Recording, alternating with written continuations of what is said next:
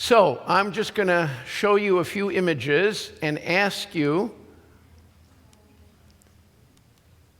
well, you know what those are, right? Obviously.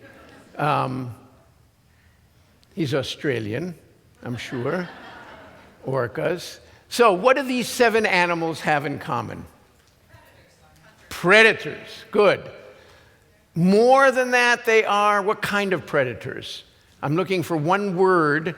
It was the title of the book, and my best friend in the world, Daniel Ellsberg, said, "Jeffrey, what does that mean? I've never heard that expression." So my publisher was there and heard that and took it off. Said, if Dan Ellsberg doesn't know the word, you can't use it. And it's true, but half the people have never heard it. So what is the word I'm looking for? Apex, thank you. Apex predators.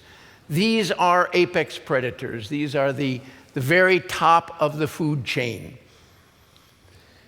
That is, that no other animal will ever attack any of them as healthy adults. So, apex predators. So what do we do to them, and what do they do to us? And the origin of this, I'm still trying to find out around the world how many of these apex predators do humans kill every year, and how many of us do they kill? It's a very difficult thing to do, so if anyone has any ideas, I'd be happy to hear it. But basically, there's a tremendous gap between the number of them we kill and the number they kill of us. I don't know if any of you saw the movie Grizzly Man.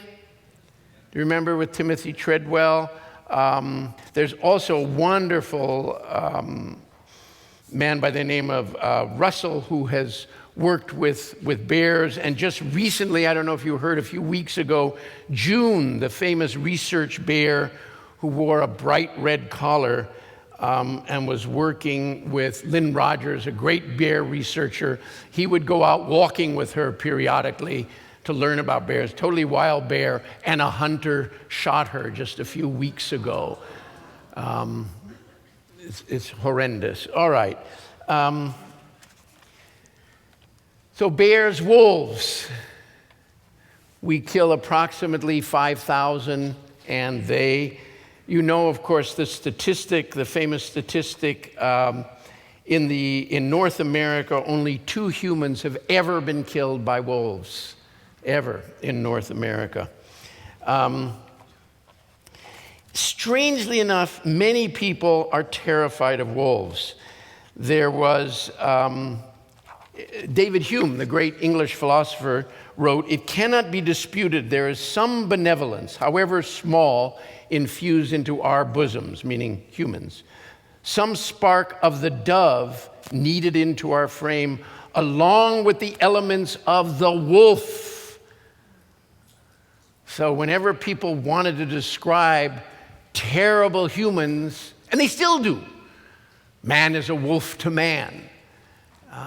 So we've used this word in terrible ways. In Norway, where nobody has ever been injured even by a wolf for the past 200 years, when they had a survey and asked people, what is the thing that most frightens you in the world? They said, wolves.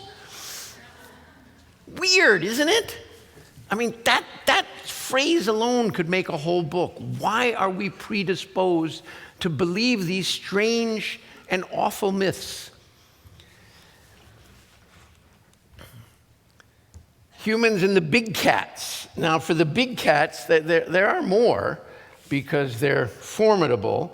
I know only one story where a big cat acts like a human, and that's a new book called The Tiger, A True Story of Vengeance and Survival by John Vaillant, about a Siberian or Amur tiger who, when wounded by a hunter, finds the hut of the hunter, sits there for a week awaiting him, and when he returned, he killed him.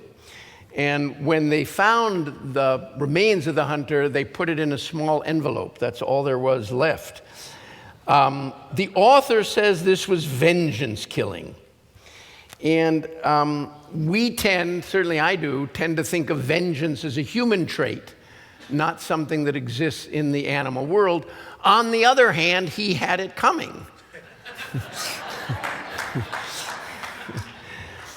And, you know, I mean, it is possible that cats are different. I live with cats and dogs and rats and other animals, and cats are strange. Cats are strange. And, I mean, the phrases sometimes you hear, cats are stone cold killers. What is that supposed to mean? Doesn't mean anything. But I do give my cats a different kind of respect than I give my dog. And, you know, they often jump up on the bed to sleep with me. The dog's always there. And when they're about to jump off, sometimes I'll restrain them and say, don't go. And it's like they turn to me and say, fuck you. And they go. Sorry, you can't do that in New Zealand. I'm from New Zealand, and when I gave this talk and I mistakenly said something like that, there was this from the audience. You're not, but Jeff did warn you. All right, so, and there's a fairly recent book that's actually quite interesting called Man the Hunted: Primates, Predators, and Human Evolution. And one of the things he points out is that the only animal that really predated on humans, well, there were snakes, but rarely. I mean, obviously we're not part of their diet. And there were the big cats, especially leopards. And that humans, before they even had speech, the first words probably were words to indicate big cat, snake, and then, oh shit, eagle. Because eagles were also taking humans. But I don't think it was a very common kind of thing. Now, what got me to do this book originally, well, no, coming to that, but humans and crocodiles, this is really interesting because there are 100, what is that? No, 10 million? 1 million, sorry. 1 million deaths a year. And they kill something like 100. In Australia, where they're terribly feared, it's something like 2 or 3 people die because they go swimming where there are big signs, do not enter the world, crocodiles, and these big Australian, and they go and they get killed. And there is a fascinating, if we had a lot of time, I would read it to you. There was a feminist professor of philosophy by the name of Valerie Plumwood. Write her name down, and when you go home, look it up on the internet. It's the most incredible story. She was a researcher near Darwin in the Kakadu National Park, looking at Aboriginal cave paintings. And it was a very lonely, isolated spot, and the ranger came by and said, you know, be careful when you go into Alligator Lagoon. Why they call it Alligator Lagoon? I know they don't have alligators, and I think it's the Aussie sense of humor. But anyway, she did go in, and he left, and she was all alone. And then she noticed a stick following her, and the stick had big eyes, and she was attacked by a large crocodile, and he took her under for the death roll, and she came up. Miraculously survived. He did it a second time, she came up. He did it a third time, and she came up, severely, severely wounded, and then he left. I guess he figured it's not going to work. And she managed to claw her way up the bank and took her 2 kilometers into town and was 6 months in the hospital, and she wrote this incredible account of it. That I really recommend that you read. She was a vegetarian before and is a vegetarian after, and she absolutely refused. Her first words were, don't go after this croc. But I mean, she had no business being there, of course. But now, you know, all of us think, and we spend a lot of time in Australia, and when we see a sign saying crocodile, of course, we don't go near the water.